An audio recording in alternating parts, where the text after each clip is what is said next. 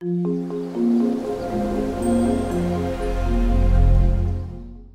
everyone, this is Professor Robert Solis. Welcome to this next video lesson. In the class, I asked you to create an application that asks the user to enter 4 lap times in seconds. We're going to determine the min, the max, and the total time.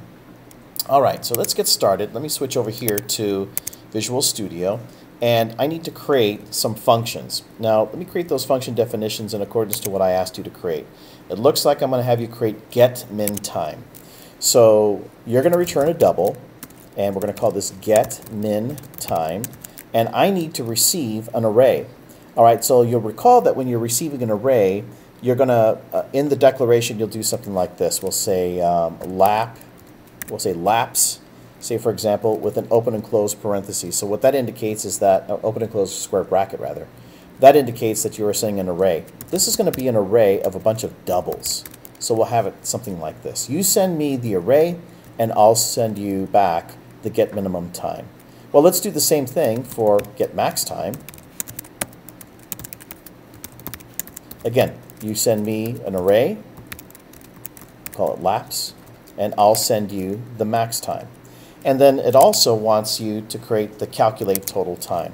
So double calc total time. Again, you send me the array, and I'll calculate the total time. So these are the function prototypes. Now, let me go ahead and create an array, and we'll do this. We'll say this is going to be, first let me create a constant to indicate what the size is going to be. So we'll say array size. We'll set that equal to 4 laps. Now I can go ahead and create the array over here. So let's say that I call this laps. And that's going to be of array size. First of all, sorry about that. This is going to hold a bunch of doubles. We're going to call it laps. It's going to be of array size. And I'm not going to set it equal to anything. All right. Let's go ahead and take these functions, these function definitions, go down to the bottom of the program, and create function definitions out of them. So basically, I just have to add curly braces around them like this. And also like this. All right. Now, in terms of determining the minimum, basically I'm trying to determine which one of these is the smaller, because I'm going to be given 4 values. So I think I'm going to need a counter, so I will declare a counter. I'll set that equal to 0 at first. I don't have to. I'm going to do that within the for statement. So we could do something like this. Let's say I create also another value called least lap.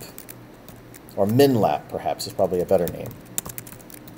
Okay, and min lap right now, let's set that at a large value. Now, I don't think this is necessarily a great approach to doing this, but just for the purposes of describing the concept of sending an array to a function, we'll use this because I know that one of the lap times has to be smaller than 10,000. So we'll do this. While counter is less than array size. So that way I know that I'm going to be investigating every single one of those array elements. So what I'll do is this.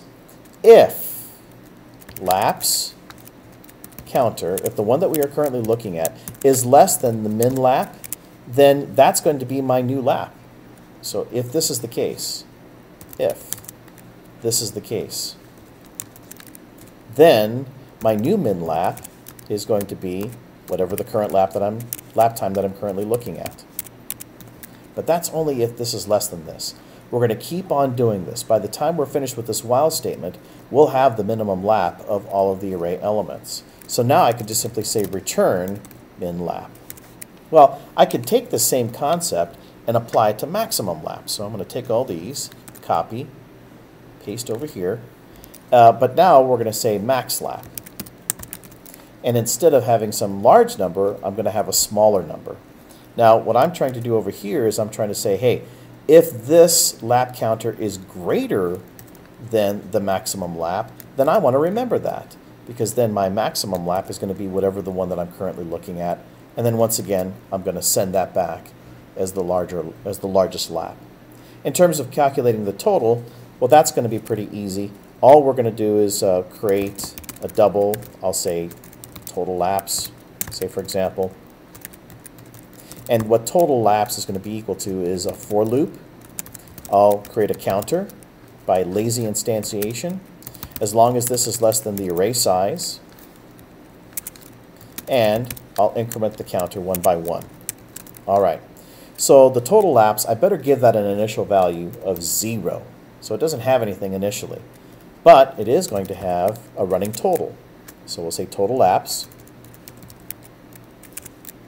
is equal to the previous total lapse plus whatever this current array element is. So I'll put over here counter.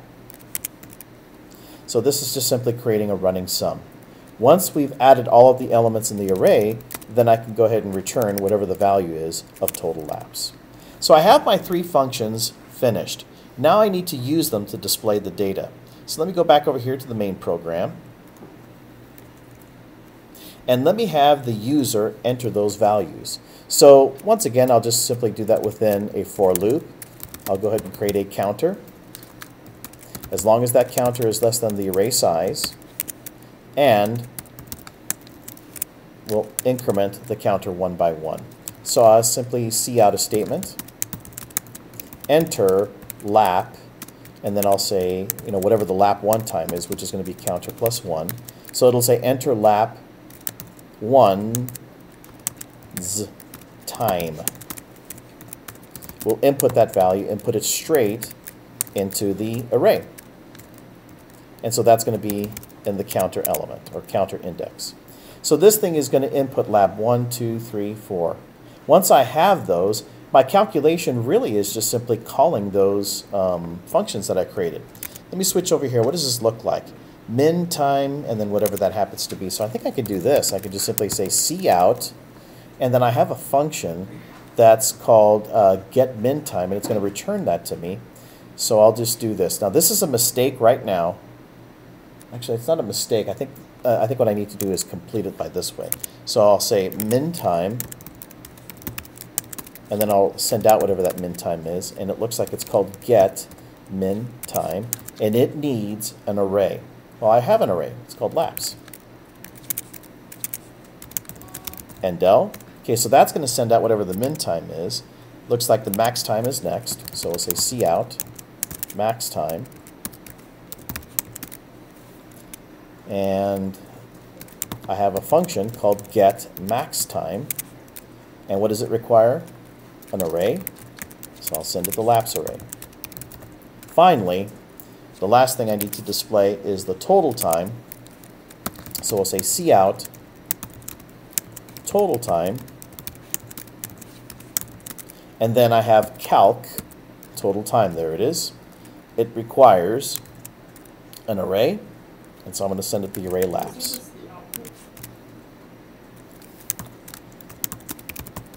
All right, so we're sending this to the output, and then we're going to pause this. So let me save this, run it, let's see what happens. So over here, if I go to the handout, it looks like I entered 65, 59, 62, 64. So 65, 59, 62, and 64. 62 and 64. Uh-oh, something happened here. Go back over here. Let me stop the program, and let's see what happened. So in this case, if I stop the program right here, we can investigate to see what happened. So I enter these times. Let me just enter simple numbers just to see what happened. Now that we've stopped the program,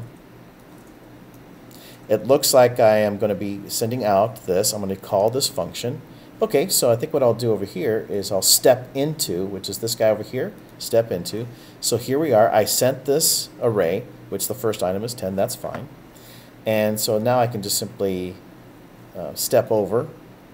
And let's see here. Now count is going to be equal to 0. The maximum time is going to be 1,000. While the count is less than array size, that's a true statement.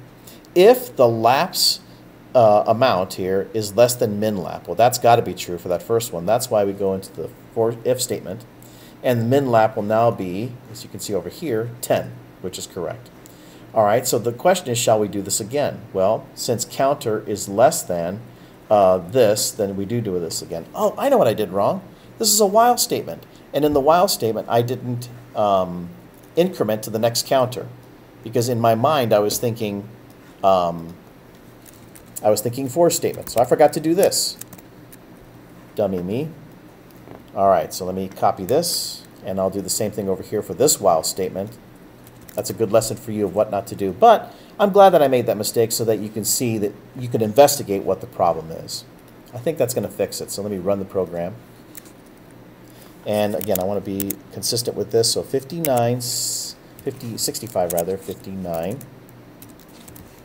And then we have 62 and 64. Okay, I don't have to stop this anymore.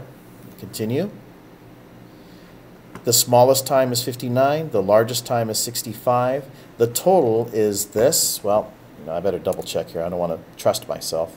So let me go to the calculator and let's see, what is 65 plus 59 plus 62 plus 64? Looks like that's equal to 250. That's exactly what this is. All right, so this is Professor Robert Solis. I hope this video lesson was helpful. Have a good day. See you next time.